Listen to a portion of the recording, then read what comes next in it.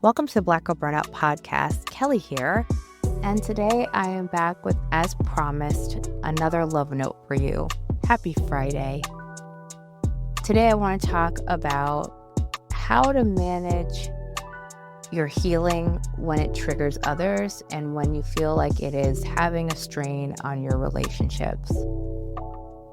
As I promised, all month long, I'm going to be dropping these little love notes on topics like this that I feel on my heart to talk about, that I hope are helpful, educational, and inspiring, and are a throwback to the old format of the 15-minute or less podcast, little micro doses of hopefully hope, education, and joy for your day. So as you close out your week, let's talk about it. You're doing the work, you're healing, and then suddenly it feels like everyone around you is crashing out and falling apart. Your friends are ghosting, your family's a little shorter with you or bristling, or people you thought would cheer you on just aren't. And you end up feeling like your healing somehow is rocking their world and causing little earthquakes in the lives of people you care about. We talk a lot about the goodness of healing and why we should be healing and the benefits. And there are so many benefits. But I don't think I know for myself I've talked enough about it. And I don't think other people talk enough about the other side of healing, which is what happens when your healing becomes a sore spot for other people. While when it becomes triggering or aggravating for people in your life. I can tell you that that has definitely been my case. I have many, many times experienced when I've tried to heal parts of myself or even just make my life better and optimize parts of myself that I end up losing people in my life, or it feels like not everybody can come along with me for the journey. And that's very close to like what Michelle Obama has said before. I never will forget. She was talking about how not everyone can make the climb was the phrase she used. And she talked about how as she got better professionally and personally and fell in love and had good moments in her life, not everybody was able to join her, that she lost people. And that in fact, she probably had more friends when she was at the bottom of the climb than she did at the top. And from firsthand experience, I can tell you that is very true. I've experienced that when I have tried to make my life a little better, it has triggered people in some bluntly ugly ways. I have had some really, really, really strong reactions from people and weird behavior and aggressive behavior and betrayal behavior from people that I didn't expect to have it from and didn't understand why it was happening in the moment while it was occurring. And now that I spend more time learning about healing, talking about healing, writing about healing, I now can see that that's just part of the process. That healing can have this very polarizing effect on the people around you, and it can like repel people. It can literally make people want to be away from you, can't stand to be around you. And I want to be clear, not everybody experiences this at this extreme of a level. Like, not everybody feels like, oh, I started healing and now everybody hates me. But I will tell you, I would be lying to you if I didn't tell you that when you start a healing journey, you are going to have to readjust your relationships. And some people are going to be with it and supportive and excited. And some people are going to be petty and distant and difficult. And healing really becomes a mirror for other people. Like when you're doing the work and showing up and making changes, it really does shine a light or reflects back to people, keeping the mirror analogy, it reflects back to people all the ways they're not. And think about it, it makes sense. I've done a lot of healing work. I'm in therapy. I've gone to therapy. But even when I hear people maybe doing a little bit better than me in some way, or Maybe they've made more money, or I'm starting a fitness journey and they're further ahead. There is that small twinge where I'm like, oh, they're out here getting up, doing their workout. I'm sitting in bed. Ugh, I don't know that I like that feeling. The difference is when you've done your healing work, you realize it's got nothing to do with them. It's like you don't like the feeling it's bringing up in you. So it's like, well, Kelly, you got two choices. Get up out that bed and go for your walk and do your exercises, or girl, roll over and make peace with the fact that you're not doing it. and, and let your friend continue to look ridiculously fantastic. But if you haven't done that work, you just begin to think about all the ways that person thinks they're better than you, all the ways that person isn't as good as they think they are, or don't worry, you'll fall off soon enough. It's okay, you'll be back in your bed soon anyway. Or they start to do things that undermine the good habits you're building or the healing work. They're always negative. It's just sometimes part of the journey that people become that way when you are changing and evolving and improving yourself. And we need to have that conversation. I need to remind you of that, not to make you think about all the ways you feel abandoned by people in your life when you're healing, but more so to realize this is just part of the work. And the good news is healing and getting to that next level actually opens doors for you to meet other healed people, other people who are excited about your life.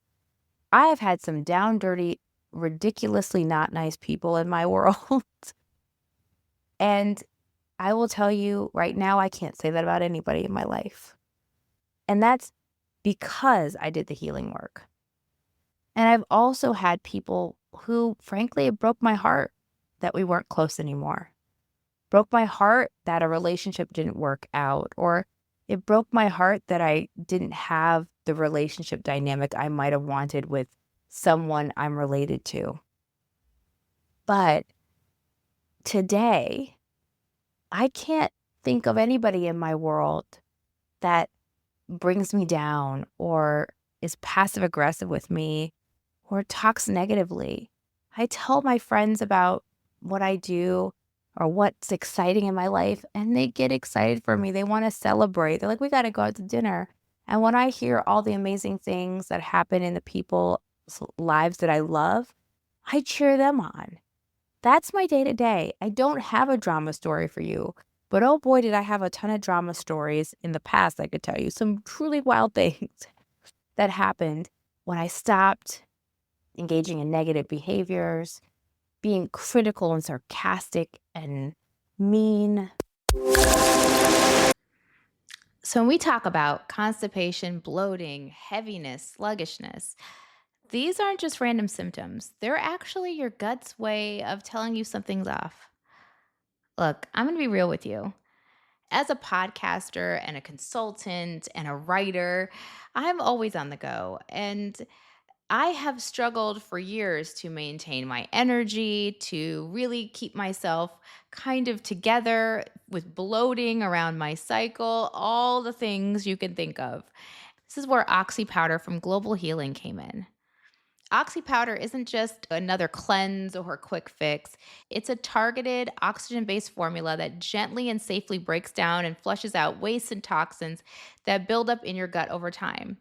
I take it at night, and by the morning, I'm feeling lighter and clearer, just better. Oxy Powder is easy to take, and because of that, it's become a staple in my routine. And I'm not the only one. A consumer study showed incredible results. 95% said that it relieved constipation, 87% said it felt relief from bloating, and a massive 95% said they would use it again, with 93% recommending it to a friend. If you're tired of feeling weighed down, trust me on this. Head over to globalhealing.com/heal and try Oxy Powder for 20% off. You'll thank me later. That's globalhealing.com/heal. So where is this coming from? When people are negative towards you, or you feel a shift or a rift in a relationship, why is that happening? And I'm here to tell you it happens because once you stop playing certain roles, and I know this very well, like you're no longer the fixer or the people pleaser, It disrupts the balance that other people have relied on. You're no longer the person they can go to, and that can make people very frustrated. And as I said before, again, boundaries can be a mirror. When you set limitations and you stand up for yourself and you say, you know what, I'm going to take care of myself, it highlights where somebody else isn't setting their own. The other really powerful one is we don't talk enough about part of the reason why people get triggered is because you bonded with someone over the same shared wound and then you went and healed yours. Some relationships bond over struggle. And when you move out of that space, it can feel threatening to somebody else.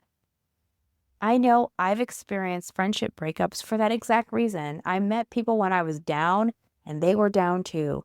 I met people when I was like negative and they were negative too. When bad things were happening and we bonded over that. And then I started to get hope back, or I started to go to therapy and work through some of my issues. And all of a sudden, things weren't so tender anymore. So I didn't want to talk all day long about how someone did me wrong or how something is bad or how I don't feel good. And it made the relationship hard. It made people think I was being uppity, or it made people feel like I didn't care anymore, or I thought I was better than them. It took a toll on the relationship. And so now that we've talked about for a while about the fact that healing can trigger others, I want to talk about how to manage that, how to deal with when relationships fall apart, and how to navigate pain and the discomfort is probably the better word, the discomfort of healing without backtracking when other people are reacting to you.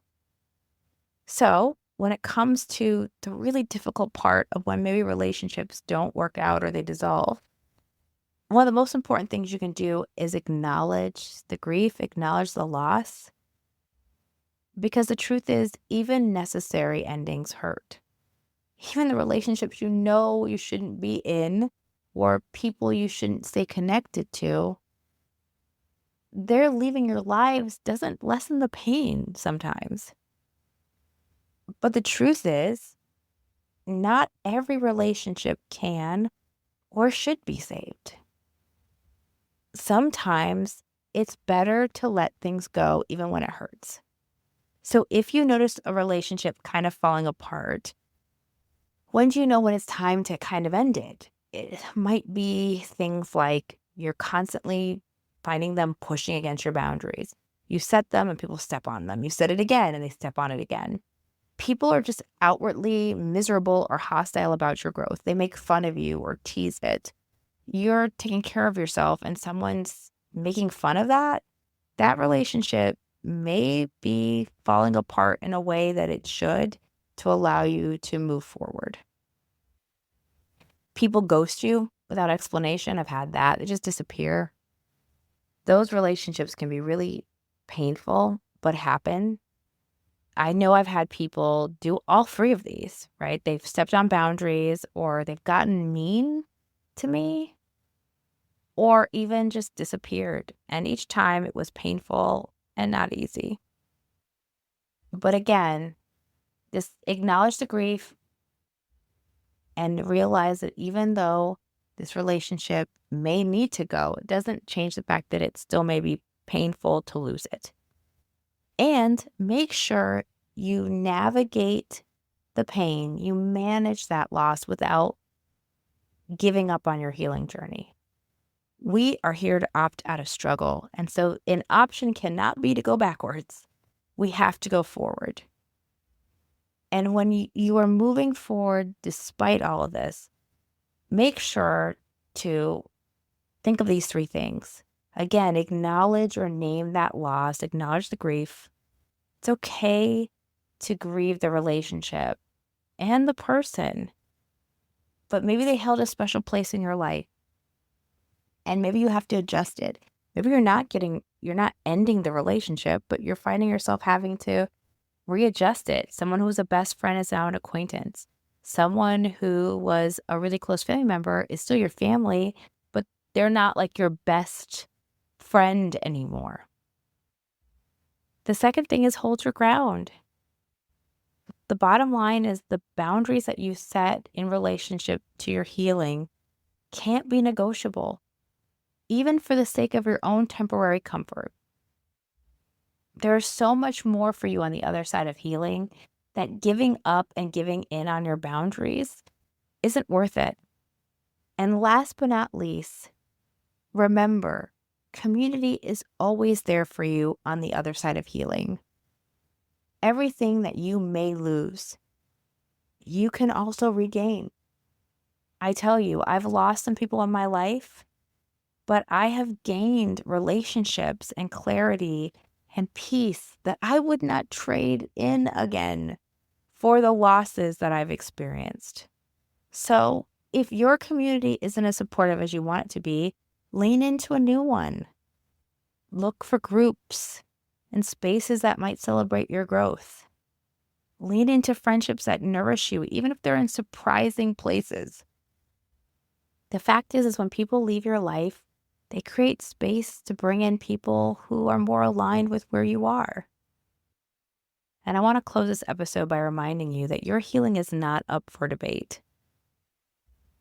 This journey is yours and you deserve it. Remember, sometimes in the process of growing, we have to think about who in our life is celebrating us. I always say the way I was able to determine how healthy my friendships were wasn't by who was there for me when I was struggling, but who was there for me when I was thriving or on my way to thriving. So this week, think about one boundary that you've been wavering on and commit to holding it. And stay the course, because I promise you on the other side of healing is so much joy and more community than you can handle. Okay, that's it for this episode and this love note for you. If the episode helped you, please share it with someone who's in this kind of messy middle of their healing journey. Share it with as many Black women as you can. We all need to be on this healing journey, and I want them to feel inspired to keep going. And as usual, you know the drill on how to connect with this podcast. It's at Black Girl Burnout. And join us on Substack. I'm telling you, we're having a time over there. And if you're not on Substack, what you waiting for? Join. Until then, take care of yourself. Take care of each other. Rest well. And I'll see you in the next episode.